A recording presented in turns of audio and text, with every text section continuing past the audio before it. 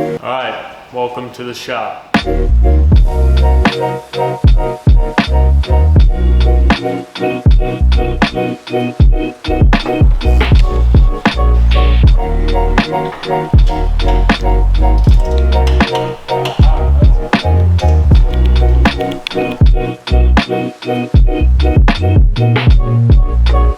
Clearly, I have my work cut out for me. It's very echoey in here, but there's a lot of work to do, and I'm gonna document some of it. Now, it may appear to be a little bit dungeness in this place. So lighting is first and foremost, but while we wait for the lights to get here, there's plenty of other stuff to do. Anyways, enough talking, let's get to work.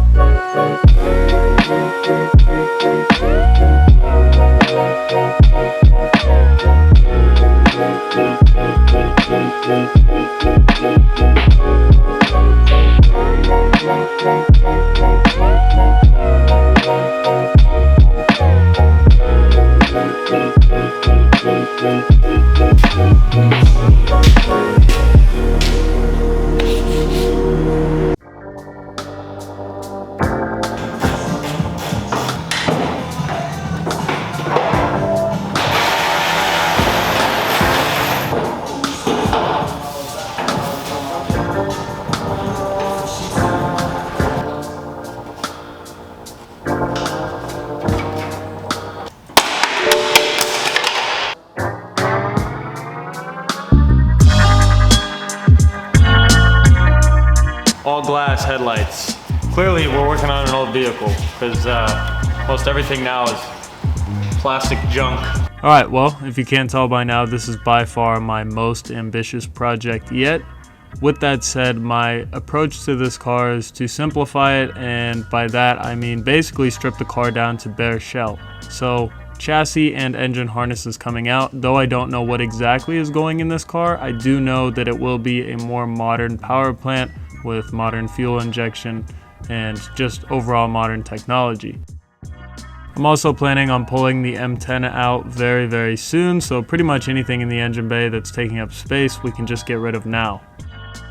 So I guess now may be a good time to mention this. Yeah, as you can see, we have our work cut out for us. And by we, of course, I mean myself. So I will be buying a welder soon, and we're gonna figure out how to do some metal work because this car needs it. So working back to front with the chassis harness removal, there's nothing inherently difficult about doing this. It's mainly just tedious, fitting big connectors through small holes. The more interior that I pull apart gives me a much better idea of what we're working with interior wise and kind of where our starting point will be. All right, well, it's not much, but it has been an eventful day. And I gotta go home.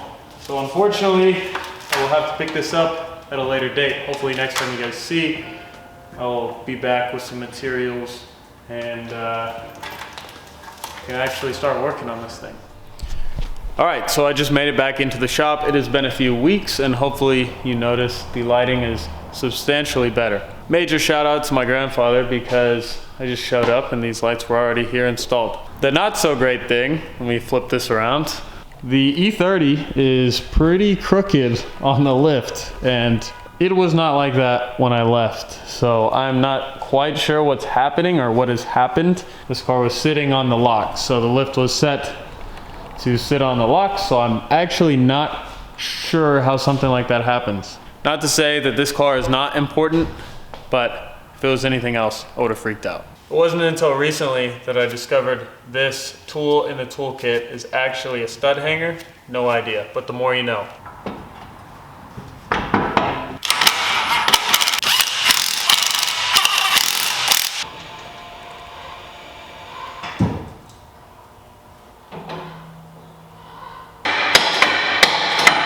This fucking thing off, bro. Holy fuck.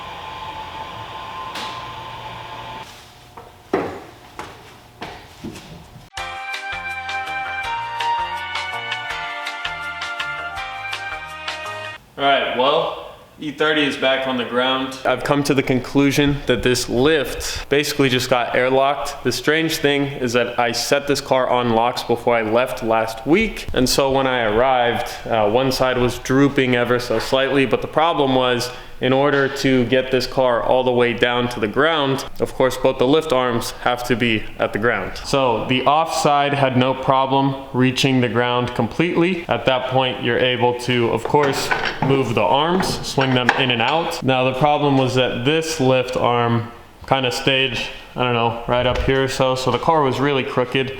And basically with the jack stands and some burners I had, I was able to kind of teeter-totter this thing off and was able to pull on these locks super hard in order to swing these arms out. My assumption is that we got air somewhere in the line that prevented this cylinder from fully compressing. I am super unfamiliar, so I've never worked with anything like this before. So there's a lot of troubleshooting yesterday. I went through, cleaned the release valve. There is a valve down at the bottom of the cylinder, I guess, that can get clogged up, but basically, all I had to do was to run the lift up to its maximum and run it back down, and it had no problem reaching the ground again. My initial plan before the E30 got stuck on the lift was to fully get the harnesses, engine and chassis, completely out of this car, but with my limited time at the shop, I just figured pull the seats and work on getting this old crusty dash out. Now, I'm not sure if I'm going to replace it or if I'm going to repair it, but either way it needs to come out, as well as pretty much everything else in the interior. So enjoy this little montage segment portion of the video where I work on getting this crusty fucking dash out.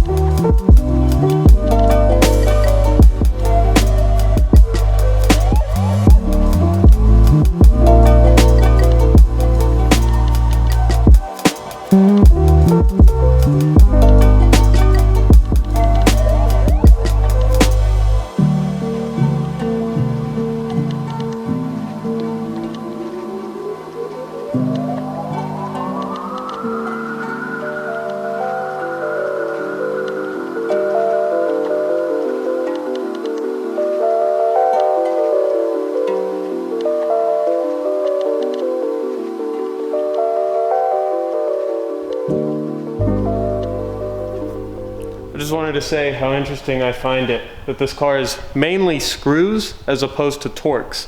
At what point did BMW decide it would be a better idea to go with Torx? E36 is all Torx.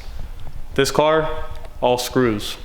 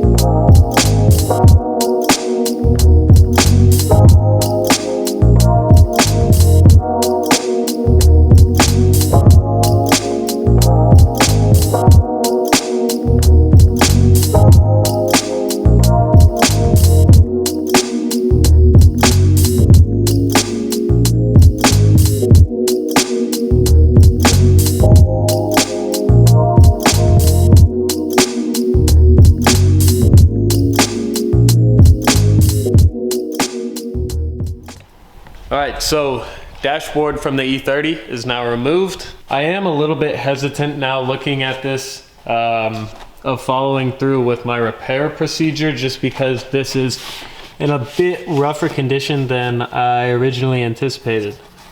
I will see what can be done.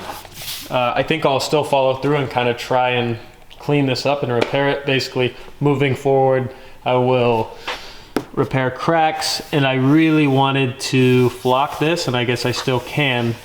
So that will probably be the plan moving forward. The only problem that I see is it's super brittle and much more prone to more cracks. So if we do go ahead and fill this, I need to make sure that hopefully the repair will withstand the test of time here once it's back in the car, because you do this once, really there's no desire to do this again. So I only want to have to repair this once. I will continue to look for crack-free dashes. The only problem is that they're a ton of money. The car is still going to need a ton of money to be to the point where I want it to be. However, I still don't feel like shelling out 1,200 bucks for a crack-free dash. So we'll see what ends up happening there. What I need to do now from this point is go back into the car and label what I can.